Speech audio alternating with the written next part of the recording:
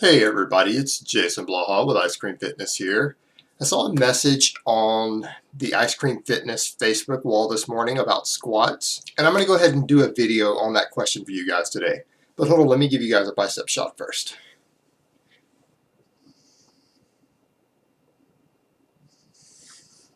Alright, let's get to this question. Let me put my glasses on so I can read this.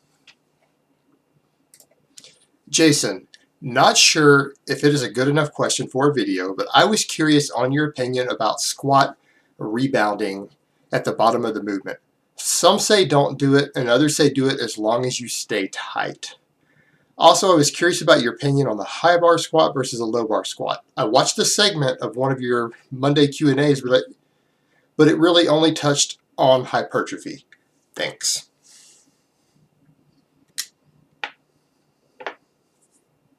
Okay, what you're talking about at the bottom, that rebounding, is actually called a stretch reflex, or more specifically a myostatic reflex.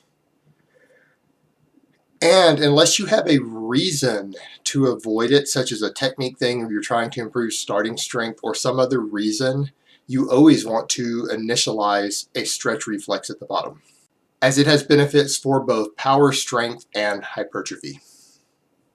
Because a stretch reflex recruits more muscle fibers and oftentimes lets you use a heavier weight for the same number of reps or for a max. Now, the issue we run into here is that if your technique is bad and you don't know how to squat yet, dropping fast and rebounding out of the bottom on a squat and initiating that stretch reflex can hurt you. So I do agree with that. If you're not tight enough and you don't know how to squat down hard onto your heels with your knees behind your toes and without your lower back rounding or anything like that, you're going to get hurt doing that, or if you have a weak core. But if you have your technique down, it is a very effective tool because it will let you recruit more muscle fibers and it will let you use more weight. So that's always a good thing. Now, I personally, when I free squat, I almost always try to initiate that at the bottom.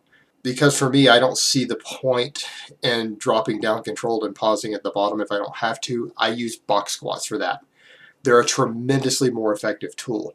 And I might go so far as to say that if someone can't squat correctly early on, I might have them box squat for a month to get their technique down as a training tool before they go to free squats. And then once they can go to free squats correctly, their core and everything is good, their technique is good, I would have them go right into doing a stretch reflex out of the bottom, which means a fairly quick negative, and then you bounce out of the bottom. And I don't mean you bounce off of something, but I mean you get elasticity and you use the muscles to bounce and your hips to rebound you out of the bottom. So that's pretty much how I would answer that.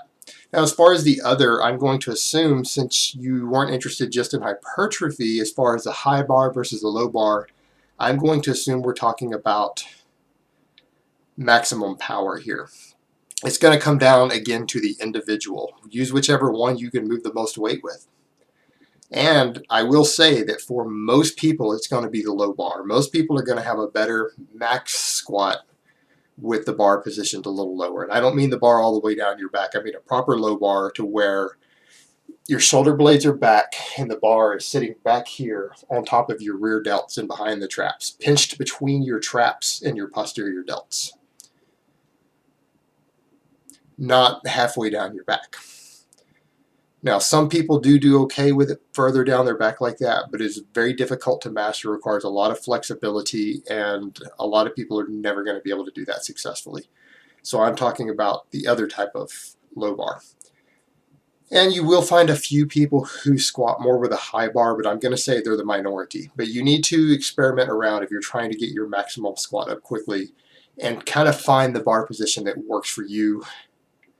Just like your foot spacing and your grip width and everything. A lot of it is going to be determined by things like limb lengths, how tall you are, how long your legs are, all sorts of factors. And you're going to have to find your own individual groove for that.